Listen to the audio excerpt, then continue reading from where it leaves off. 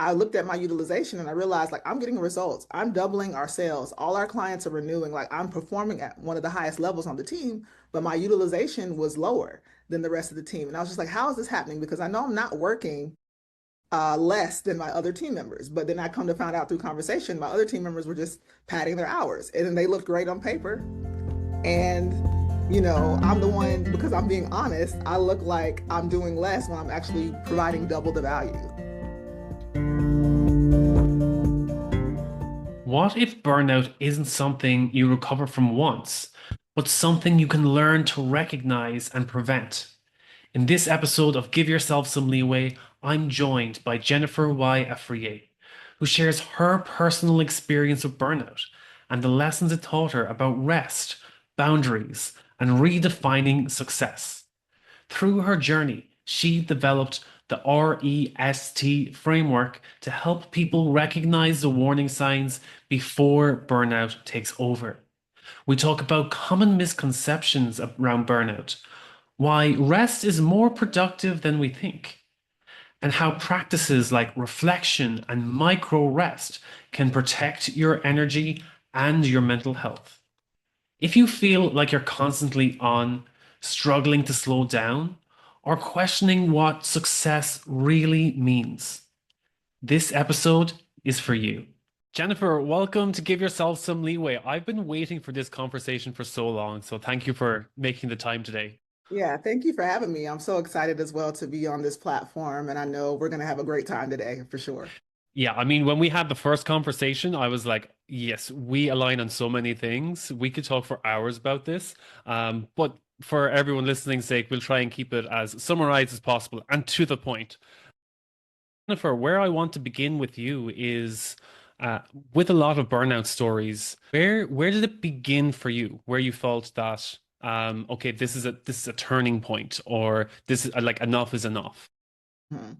Yeah, so for me, my burnout story started in the middle of a massive success. I had my own marketing business at the time, serving high-level clients.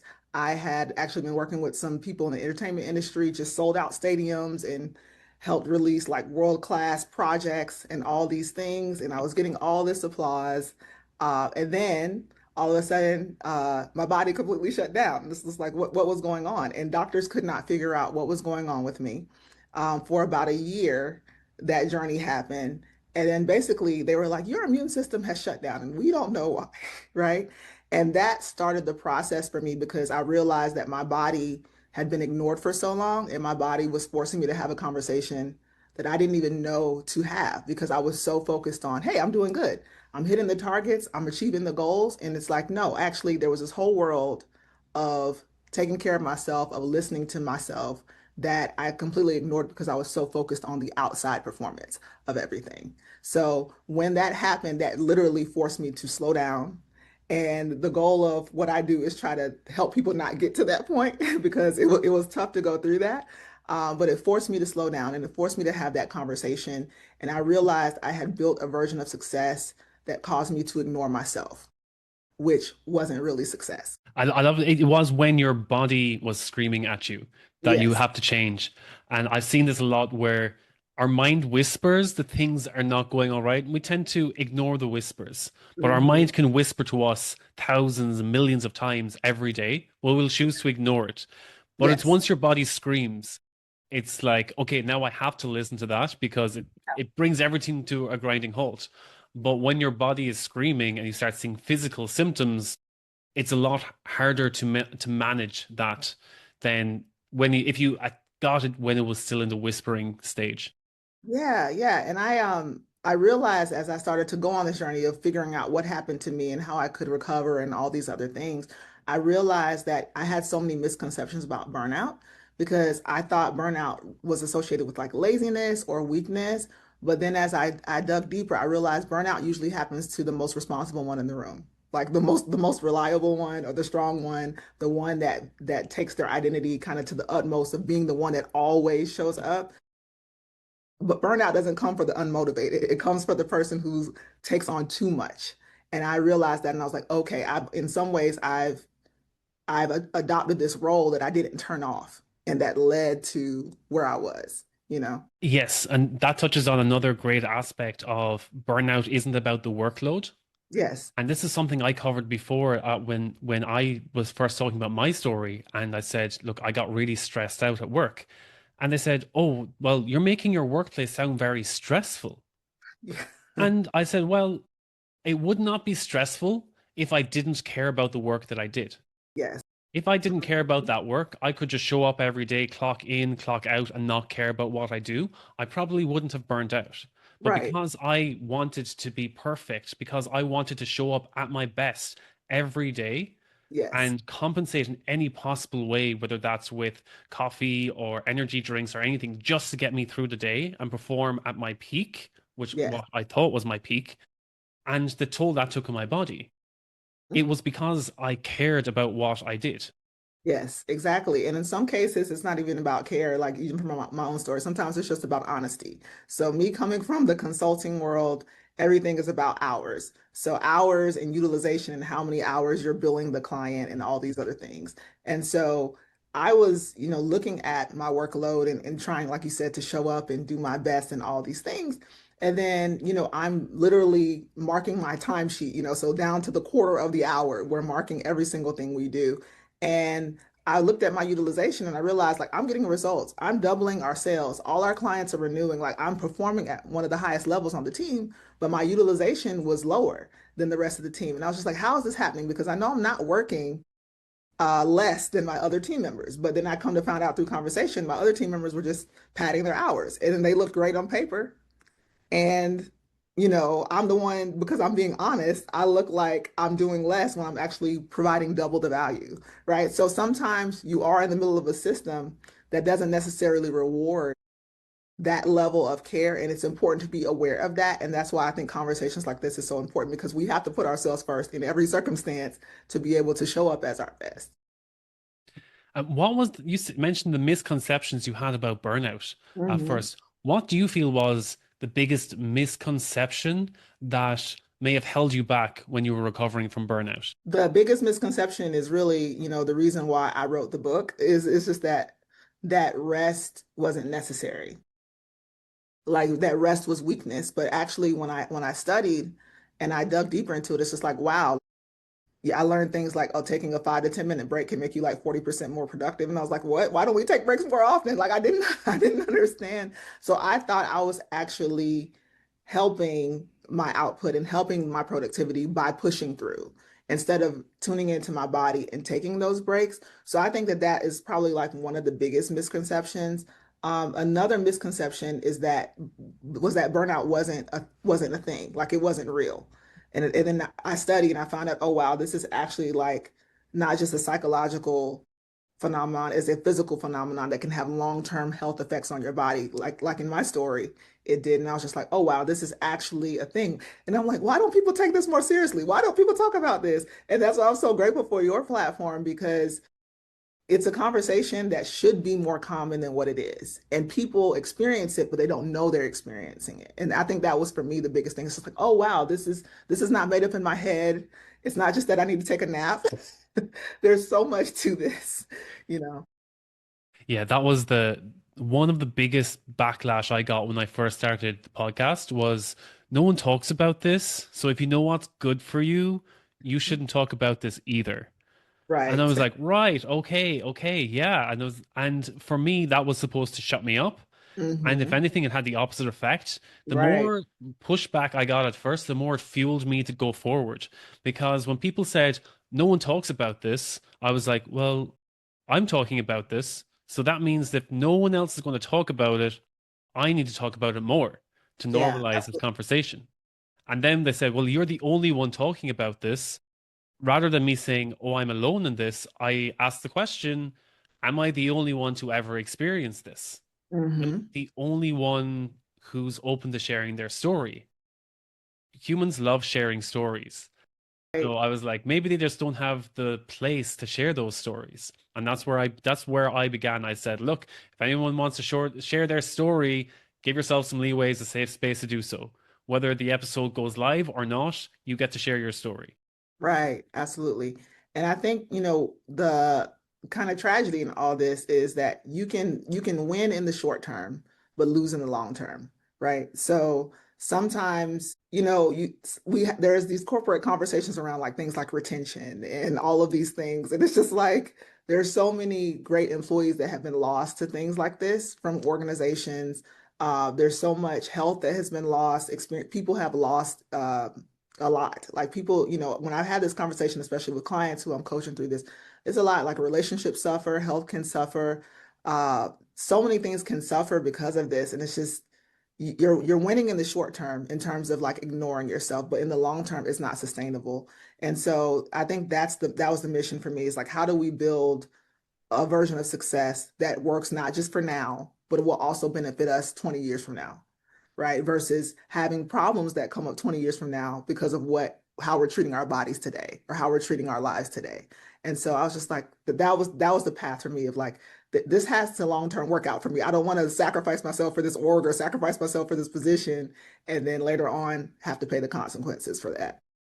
Yeah, it's like I've seen this a lot with people later on in life saying, "Well, I did all the hard work in my 20s and 30s, which means I can sit back and let the students take over and let's say go through the trenches now while I sit back because my body took the toll in my 20s and 30s."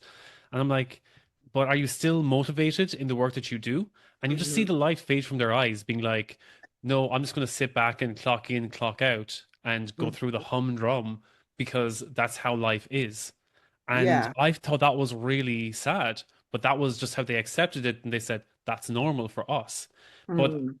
it may have worked then, but now what was happening was young people were coming in bright-eyed and they wanted to do the work, get the experience. But Mhm. then the older people who'd been there for longer were saying, "Oh, well, we can sit back, let them do all the hard work, and we take the credit." And that Mm. caused a rift in the team. Yeah. But management didn't care as long as work was done at the end of the day. As long as there was the output, they did not care who did it. And as a result, there's a rift, there's Mhm. resentment that builds up, and then the young people leave because they have more opportunities. And the Mhm. older people stay because they don't think they have any more opportunities. And then Mhm. they resent young people for leaving. And then they resent the new young people who start because they say, Right. well, they're only going to leave. And it was such toxic environments that you see. Yeah. And it's Yeah. like, how can you make this a more optimal system so that everyone benefits, that there's room for growth for the younger Mhm. generation, there's opportunities for growth for the older generation also, so they don't Right. feel stuck and in that scarcity mindset. Right, right. And here I'm in the US. So in the US, I think the situation you described was even a little bit better than sometimes what I see here because we have adults working, especially older people working themselves into the ground. Like there's not a good handoff generationally. So we have a big gap where we have young people who want mentorship, who want opportunities, like you mentioned, who don't get them. And so they're going through their own version, trying to apply to thousands of jobs. For example, I think this was the first time the unemployment rate for new graduates, new university graduates here in the US was higher than it is for people who don't have a degree. And this is the first year that ever happened. So there's a whole generation of young people just scrambling to try to find opportunities. And then you have an older generation that is just trying to barely hold on to keep whatever job they have. And there's this huge disconnect in the middle. And so I think even for people who and then we also have massive layoffs going on of white collar workers, of people who were in quote unquote stable jobs, right? And so there's this kind of unspoken tension of I have to hold on to my job, I have to hold on to my job. And then in the midst of that, we're not thinking about, okay, well, what is this job doing to you? And I faced a situation where it was a similar fear because my company, a previous company I worked at, had gotten acquired, and basically, I was already at my limit as far as the workload and what was manageable for me at the time. And they said, "Hey, we want to give you a promotion," and I said, "Okay, great." And it was one of those things I felt like I couldn't turn it down because if I turned it down, then I would look like I was like not a team player with all of it. But it was a huge thing. So a European org bought our org, and I would have to work internationally and all these things. So they were going to give me double the work, basically, but not double the pay, right? It's basically flat pay, but double the work. And so I thank goodness that I had started to implement this book because I was able to take some time and reflect and say, okay, does this actually serve me? Because out of fear, I would have just said yes, right? But what I did is I advocated for myself and they still refused to increase my compensation, even though it was going to be a lot more work. So what I did is I accepted the opportunity. But at the same time, I said, okay, what's going to be best for me long term, right? And that is just making sure you don't lose sight of the long term of where you're going and what you need. And so in the middle of all that, I still positioned myself very carefully in the marketplace. And then eventually I was recruited for a new position that was basically where I was already at prior to the promotion, but almost double the pay. So it's just like you all were going to give me double the work and no additional pay. And I got double the pay for the same amount of work I was doing, right? But when you're in fear, you don't think about your options. It feels like you have no options. And I think that that's what I want our listeners, your listeners to understand is that you always have options. Like never let anybody make you feel like you're absolutely trapped and you have to stay. You always have options. Yes, I love that. And I guess it goes on both sides. There's the people who have the options, but then the people who have unrealistic expectations also, Yes, where absolutely. they think, "Oh, well, I can just do nothing and keep on getting paid more and more and more," and they Right, expect more for less. right, Whereas you right, have to look at two sides of the coin and being like, at least come with the opportunities to say or the mindset to improve in some way. If you right. like, for instance, one of my last times when I was job hunting, and I did not have all the experience, but I said, look, I can bring this to the table.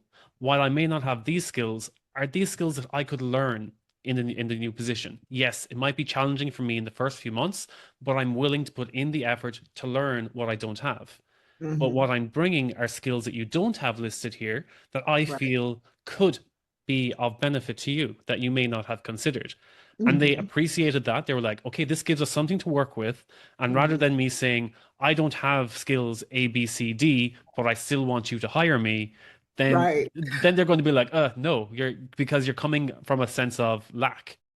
Right. But if you at least position yourself in a way to say, look, I may not have all the skills that you're looking for, but I have these skills, Hmm. and could I possibly, let's say, meet you halfway? Or could you give me a chance and I can show to you I may have other skills that you have not yet considered? It at Hmm. least it opens the door, but it's not coming from a place of fear or judgment. Right. It shows that you have the confidence in yourself, not the overconfidence either, which is even more Right. dangerous when people Right. think that they know everything. And it's when you say, look, I can be humble enough, eat enough humble pie to say, I don't have everything you're looking for, Hmm. but I have the mindset and skill set and the openness to learn. I'm And I open to think, making mistakes and learning from that. yeah, So absolutely. And I think like high performers, at least the ones that I've interacted with, I think that if we're not careful, we can tend on the side of being almost too humble because we're so busy performing, we're so busy, we care so much, we don't take time to really understand. So I think what was beautiful about your story and what you just shared is that you were aware of what you didn't have, but you were also very confident in what you do have, right? So I think where this becomes even more, the whole burnout culture, hustle culture becomes more dangerous is that these systems are made to extract as much value from you as possible, right? So it's very important that you are in tune with your own value. So, like in the situation I was in when I transitioned, it's just like I didn't have all of the same thing. I didn't have all of the skills that were on the resume, but I did have great work experience. I did have the experience of growing all my accounts. I did have the experience of building relationships. I did have all these other skills that were valuable to the org as well. And so I think it's about recognizing that you are valuable and really just approaching your life and your career from a place of value versus a place of striving and trying to prove that you have value. So you want to show that you have value, but you want to come from this place of worthiness and I'm already enough. And here, if you work with me, I'm inviting you to experience these skills. I'm inviting you to experience these great things I bring to the table. And I think that that mindset is the healthier mindset. But if we're not careful, because of these external metrics and these external pressures that we face, sometimes we can feel like we're not enough and we have to measure up to this standard. And then we approach it from a place of proving instead of walking in our own power that we already have. So I think that's great. And I think that that's the mindset that helps protect you from some of these external systems and things like that as well. Yes, I love that. And especially that you mentioned the difference between how high achievers always position themselves lower. That Hmm. it's you have the people who might have l less skills, but they appear more confident. And then you have the Yeah, people who are so skilled, so experienced, and pushing themselves past the limit every day, but their internal narrative keeps telling them that they're not good enough or they're right. lesser than. And that's how Yeah. they show up. They show up with that energy then, that they're lesser than, that they don't fight for the promotion because they feel Mhm. they're lesser than whoever they're comparing themselves to. Right, right. And then we have this whole I don't know if you heard of like unconscious competence, where it's like you have the people who think they know everything, which is the people you were talking about. You have the people who think they know everything and know nothing, right? And then you have the people who know enough to know they don't know a lot, right? And then you have the people who know what they know, and then you have the people who know so much they've forgotten all that they know. And I think high achievers can sometimes be on this end of we've given so much, we've sacrificed so much, we've learned, we throw our whole hearts into everything we do because we don't do anything halfway. And all along the way, we're picking up all these valuable things. We're not even aware of how much value we actually bring. And it's so interesting because in that story where I decided to, transition from my previous job because they tried to give me double the responsibility, you know, after I left, that's when they tried to offer me a higher compensation. It's just like, okay, so you all could recognize this value before, but it wasn't until I was about to transition that you were willing to pay. So it's interesting. It's like, oh, you thought I was this valuable the whole time because you're willing to do this now that I'm leaving. So I think that that's important, and that's what one of the steps in the book in the REST framework is reflect, is being able to take time to say, am I in a do I value my skills? Am I using my skills in the best way? Am I leveraging all that I have to offer? Am I in an organization that supports that value long term? Like these are the kinds of things and the questions you don't ask until you make space to ask. And so I think that's the main thing I want people to take away is really taking time to reflect and just make sure you're in the best possible position you can be in at any given time because you deserve it. And we only have one life to live, basically. And I think that's a great way to transition into the REST framework because high achievers, as you said, the biggest misconception is that we don't have time to rest. We'll rest when we're dead, or we'll sleep when we're dead. Is That's Yes. the real hustle culture mentality, and it's so stupid. Yes. And I've like for me, I was always told, oh, you only need 4 to 6 hours of sleep. Oh my You God. should be Yeah. able to get through. And I was like, but you're like a zombie. If Yeah. you're getting 4 hours of sleep, yes, you're working, but I was working with zombies half the time. And I have Right. people who worked in healthcare who were working double shifts. And Hmm. I'm like, you could see all the light had faded from their eyes. And I'm Yes. looking at them saying, are you the right person to be making key medical decisions for someone's Right. health right now? Right. So rest is a big thing. Yes, it is a huge thing. And I want, everyone to know that like rest is not the absence of productivity, it's the multiplier of productivity. And as I started to dig deeper into this, that's what I realized. A lot of times our brains are addicted to the dopamine hits we get of checking off to-do lists.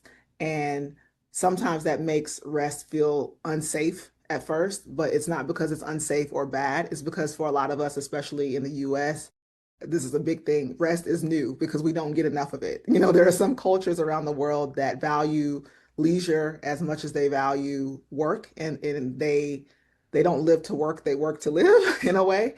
And a lot of times in our culture, that's completely flipped on top of its head, and people don't really have lives. They just are trying to survive with caffeine and make it to the weekend, right?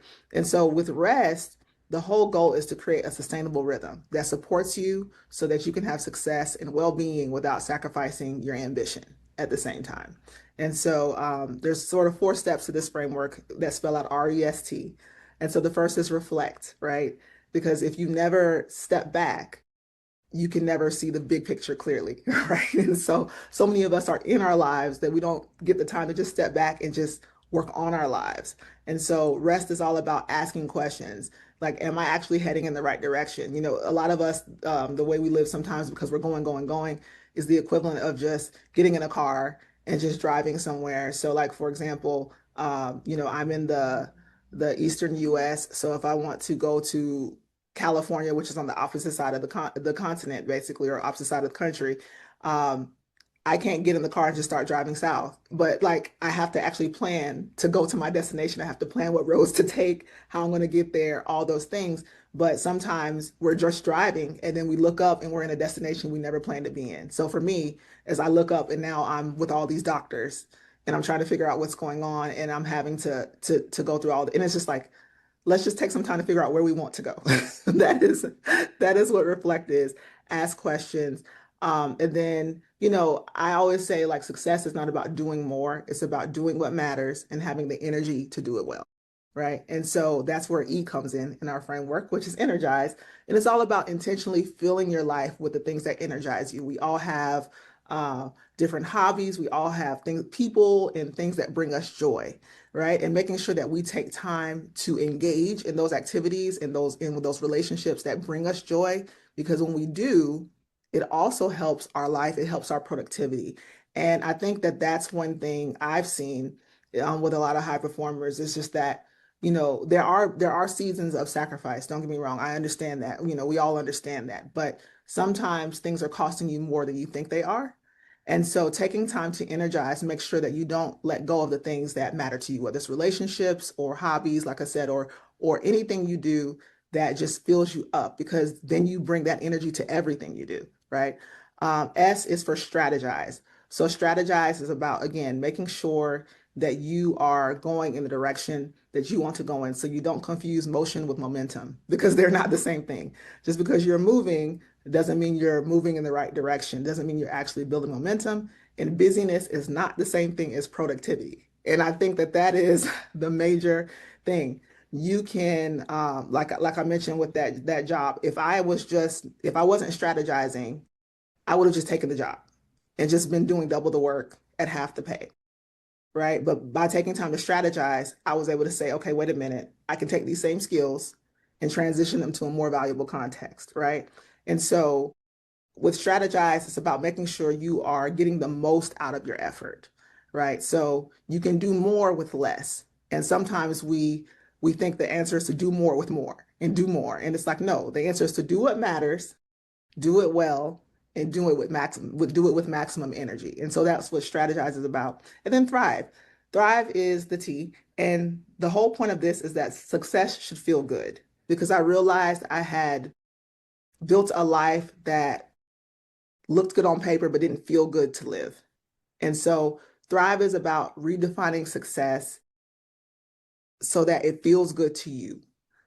So I mentioned that in that job, a manager said, "Oh, your schedule's the least chaotic," and it's like, okay, least chaotic is not my success metric. It's not mine. Peace is my productivity metric, right? So for me, I was like, okay, I want a peaceful environment. My metric is not less chaotic. My metric is peaceful. And so what does that look like for me? Right. And so everybody has that mix will be different. Maybe for you, it might be adventure. Or for somebody else, it may be relational. But wanting to make sure we define a life that is well-rounded, that enables us to really look back and say, I'm proud of how I live, because I don't think success is about just what you build. It's about who you become while building it. And I think that thriving allows you to really become the type of person you want to be while doing what you want to do. And so that is the framework that we walk through. So reflect, energize, strategize, and thrive. I loved this when we first went through this framework because a lot of people leave out the big steps. First of all, they don't leave the rest, and that came back to me with give yourself some leeway was giving yourself some leeway, giving Mhm, yourself that space so mhm. that you can think more clearly. Yeah. Because when you're stuck in overdrive and overwhelm and everything is happening around you, you're only reacting to things. You Yes. don't have the time or the space or the mental capacity to plan Right. ahead. So I was like, okay, I need to reduce what I'm doing right now to get rid of things that I are optional Hmm. and kind of ask yourself, what would happen if I stopped doing this? Would the Yes. world burn? Would everything fall apart? And then Right. if it was yes, okay, I might have to continue doing this. And then if it was no, it was like, do I enjoy doing this? Okay, if Hmm. I don't enjoy this and if I stop doing it, the world isn't going to end, Hmm. then I don't need to have that on my plate. And by stepping back from those things, I had the time and the space to say, okay, now where do I want my life to go? Where do I see myself in 20, 30, 40 years? Hmm. And then it was, which is kind of the strategize. And then the thrive for me was I had a narrative that was, what gift can I give to my future self? Wow, that's a great So, question. so, and I loved giving myself that narrative because Yeah. it made the habits or actions that I wanted to put in place easier. There was Hmm. less struggle because if I chose, I felt, oh, I don't feel up to it today, I would say, but would my future self look back and thank me if I did it Yeah, anyway? that's a And it great could be question. something as simple as smiling in the mirror, Yes. or drinking a glass of water, Yes. or getting 5 minutes of fresh air outside, whether it's hail, rain, snow, or shine, just go outside and experience life for 5 minutes rather than Yes. stay inside and scrolling on my phone. And it was these little things that I'd come back afterwards and say, you know what, my 40-year-old, 50-year-old, 60-year-old, 80-year-old self Yes. will thank me for taking these moments in my 20s and 30s. Right, right, exactly. Because that version of you is not going to look back and say, "Darn, I wish I had just stressed myself a little bit more." There's not that version of you is not going to look back and say that. And I love what you said about, first of all, the stop doing. I actually have an exercise in the book where we create the stop doing list, and it's one of those things. It's easy to think about, but you don't really know until you try. Because there's a lot of things, especially when I look back on the period where that led up to my burnout, that I thought were absolutely necessary but really not necessary at all. So sometimes it's about experimentation, right? Like even with clients or client work, because again, coming from the consulting background, there's a lot of PowerPoints, there's a lot of presentations, there's a lot of paperwork and busy work in consulting. And what I did with the strategized portion of this is I looked at it and I said, okay, what actually gets a reaction from my clients? What is visible that moves the needle for them and moves the needle for me? Do I actually need to do some of this stuff? And I just slowly experimented removing it and nobody noticed. And I was like, oh wow, nobody noticed, and they said I did a great job. Okay.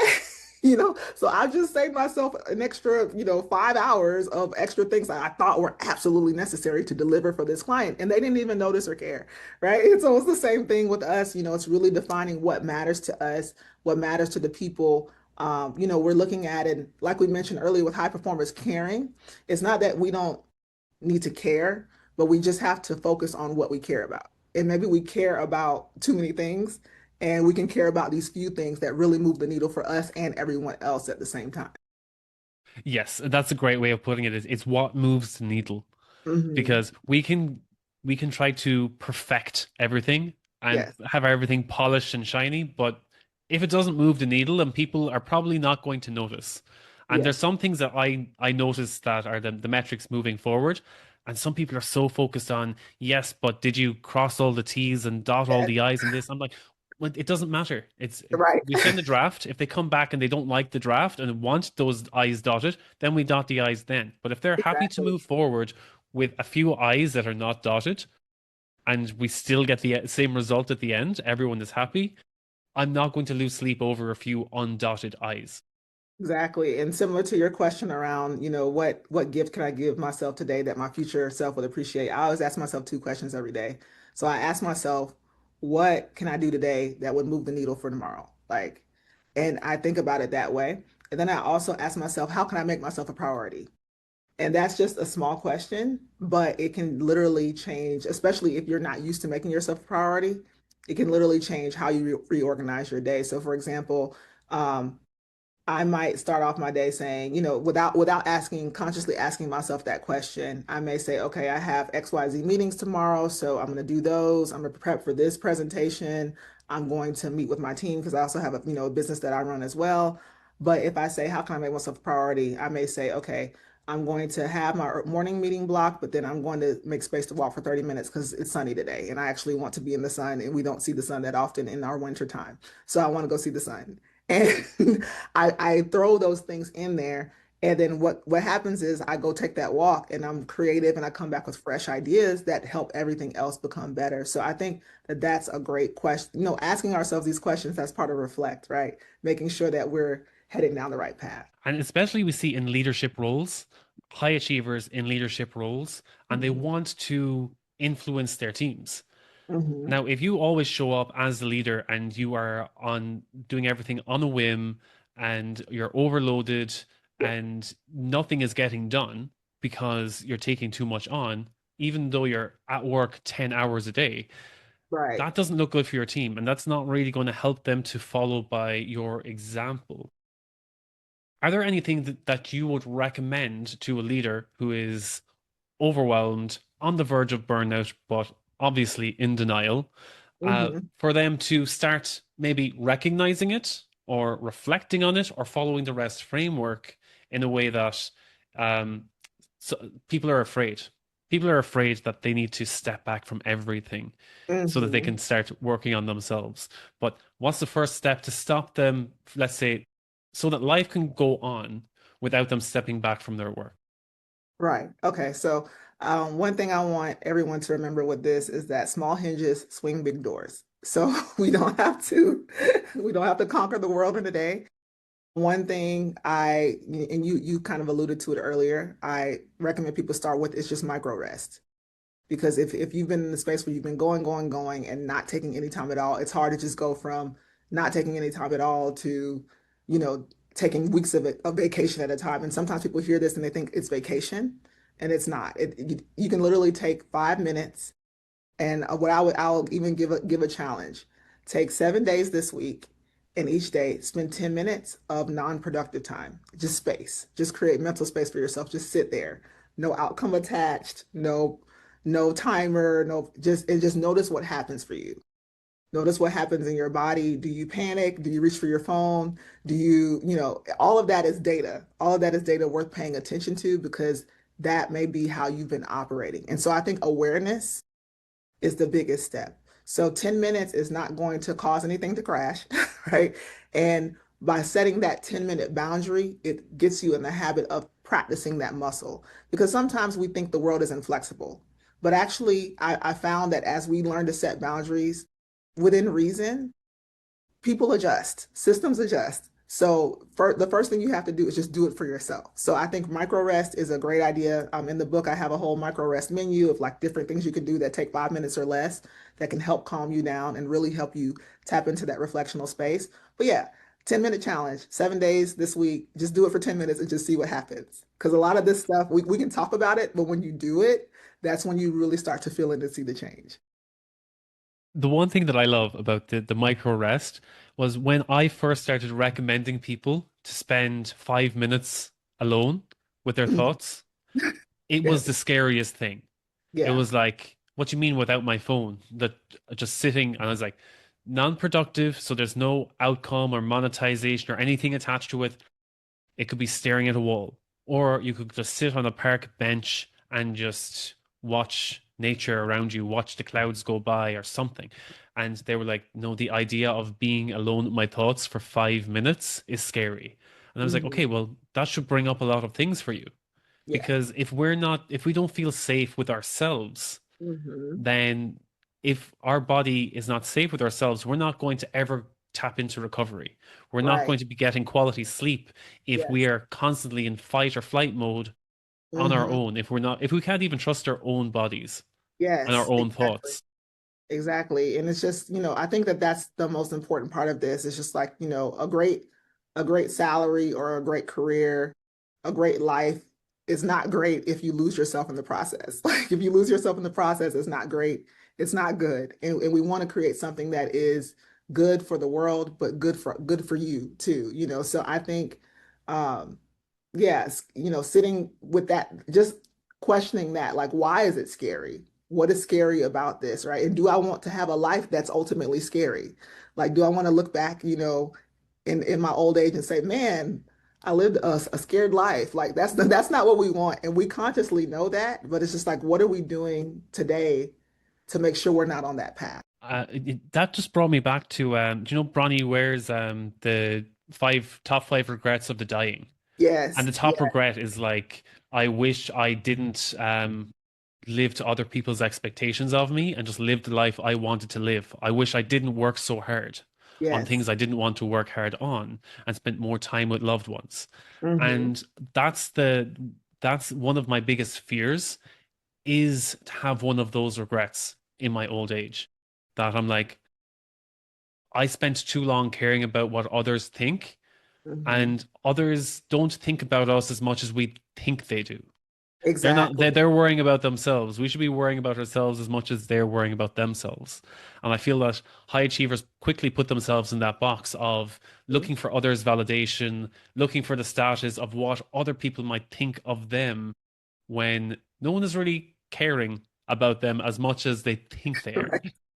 Right, right, exactly. And then, it's easy to say, this is not good, but what I want, everyone to take away is all these things we're talking about are good and they're helpful. So when I started to study like the world's top athletes and some of the world's top businessmen and all these other things, I realized like, they'll take entire think weeks where they do this not just for 5 minutes, they'll just do it for a week. They'll just sit there and study and read and process. Warren Buffett is one of the ones that's known for this. Like he's known as a voracious reader and he reads about all sorts of things, not just investment, right?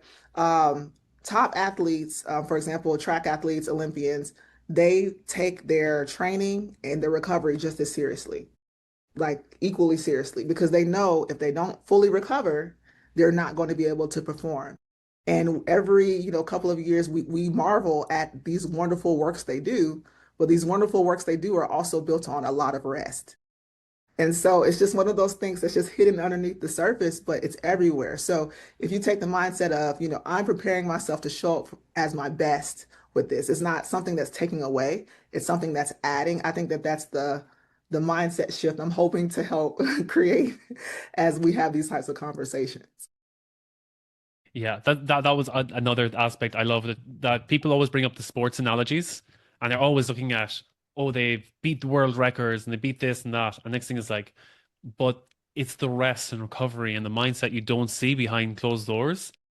I know someone who was going, they were in a relationship with an athlete, and they loved them for the success and the trophies and the kind of the success on the outside, but they quickly started to resent them when they saw what happened behind closed doors. The amount Mhm. of training, the mindset, as you said, the thinking space, that like staring at brick walls, and it's like this is all about building that mental fortitude for Yes, being in very scary high performance situations, especially yes, like Formula One race driving and all of this.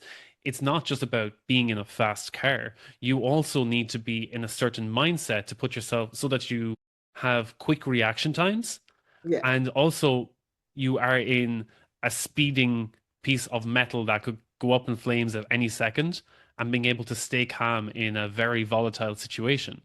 Uh, there's a lot of work that goes in behind the scenes in those situations, and that's what people tend to neglect. They don't see yes, what happens behind closed doors. It's a lot, let's say, less flashy, a bit more boring. It's yes, not as sizzly and as sexy as what they see on TV. right. And next thing you realize, it can be very mundane. People don't Mhm. realize that it can be very mundane, but that's the important part.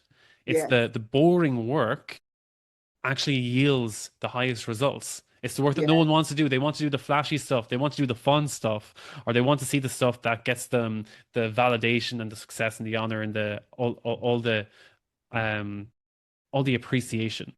right. And one of And the you don't get quotes, those merits unless you do the boring work in the background. And rest is one of the top pillars of high yeah, performance. yeah, absolutely. And so, a couple of things come to mind with what you said. One of the things, one of the quotes I've heard that I always kind of keep in mind is like, never compare your behind the scenes to someone else's highlight reel. Like this is Yeah, just I a love that. what we see on social media is just the snippet of what actually, or the conversations at the office, just a snippet of what actually is going on for people. And so just kind of keeping that in mind. I love the what you said about like the Formula One example. One of the examples I mentioned in the book is LeBron James, huge NBA player. here, and he spends millions of dollars on sleep every year. Like people don't know this. He has a resident sleep expert. They study his sleep, they study his recovery. He faithfully gets at least 8 to 10 hours per night, and that's also contributed to his longevity in the NBA. All of that work that's going on in the background. And in some ways, if your life is boring, you're doing great. In some ways. And I also want people to remember, and I go further into this in the book, but there are different types of rest. So when we say rest here, we're not just talking about sleep, although sleep is hugely important, probably foundational to all of these things. But there's creative rest, there's emotional rest, there's mental rest, there's different types of rest, social rest, spending time with people who bring you joy and connecting that way. So there's different types of rest. And it could be because I've also been in seasons where it's like, man, I'm getting enough sleep. I'm forcing myself to sleep. Why don't I feel energetic? And it's because maybe I wasn't engaging the other parts of my brain. I wasn't engaging my creativity. I wasn't engaging my relationships the right way or as much as I should be. All these different things. So it's about coming up with the mix that works best for you. And it's beyond sleep. It's actually building a life that fills you up and gives you joy as well. One thing we touched on as well was success and the definition of success. Hmm. Um, what do you feel people think success is, and what really is success? Yes. I think, well, it's hard to say what all people think success is, but I would say uh, people think success is doing more and doing it in a way that gets applause from others. And I think success is doing what matters to you and feeling great while you do it. And I think that is very different because it forces you to define what success means for you. Because we've seen, especially like I guess the entertainment industry is probably one of the biggest areas where we see this. We see people on the big screen or who are television stars or all these things, and unfortunately, they pass away very early. And then we go behind the scenes and we find out that that person might have been really miserable or really sad or struggling with very deep mental health issues, but that's not what was portrayed. And they thought Jim Carrey is actually comedian Jim Carrey. He's one of the biggest proponents of this right now because he's come out and said, hey, all these rich people that you guys love are miserable. And I, having worked with celebrities in the past in the marketing space, I realized the images that we see don't always match up with the reality. So I think success is just doing what you love, feeling good while you're doing it. You're doing it, whatever that is. I love that. And because one of the biggest questions we always ask in our space is like, if I stopped everything I do right now, would I still feel successful? If I was Hmm. to step away from everything and just have a log cabin in the woods and never work a day again, would I still feel successful? Or Hmm. if no one here ever remembered me, if I was completely forgotten and I was living on my own, would I feel successful in that life? Would I be happy?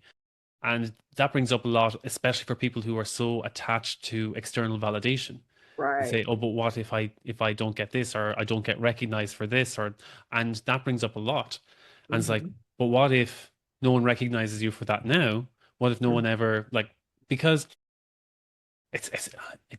sometimes I go down these rabbit holes and very philosophical rabbit holes of it's both empowering, it's discouraging for some people and empowering for others that in the grand scheme of things, we are just little blips of energy and Right. that we'll just be forgotten to time.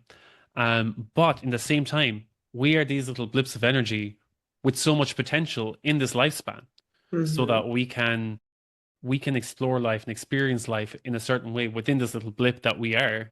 Yes. But we don't have to worry about thousands of years from now or hundreds of years from now because we won't have as much of an impact as we think we will. And Hmm. so we don't have to worry about tens of thousands and millions of people in future generations because they have just as much potential as we do. Right. So we don't Right. have to prepare a world for them. We Right. can preserve and conserve the world and help make it a little bit better in the capacity we have, but we don't have to save the world, have it this hero complex for them.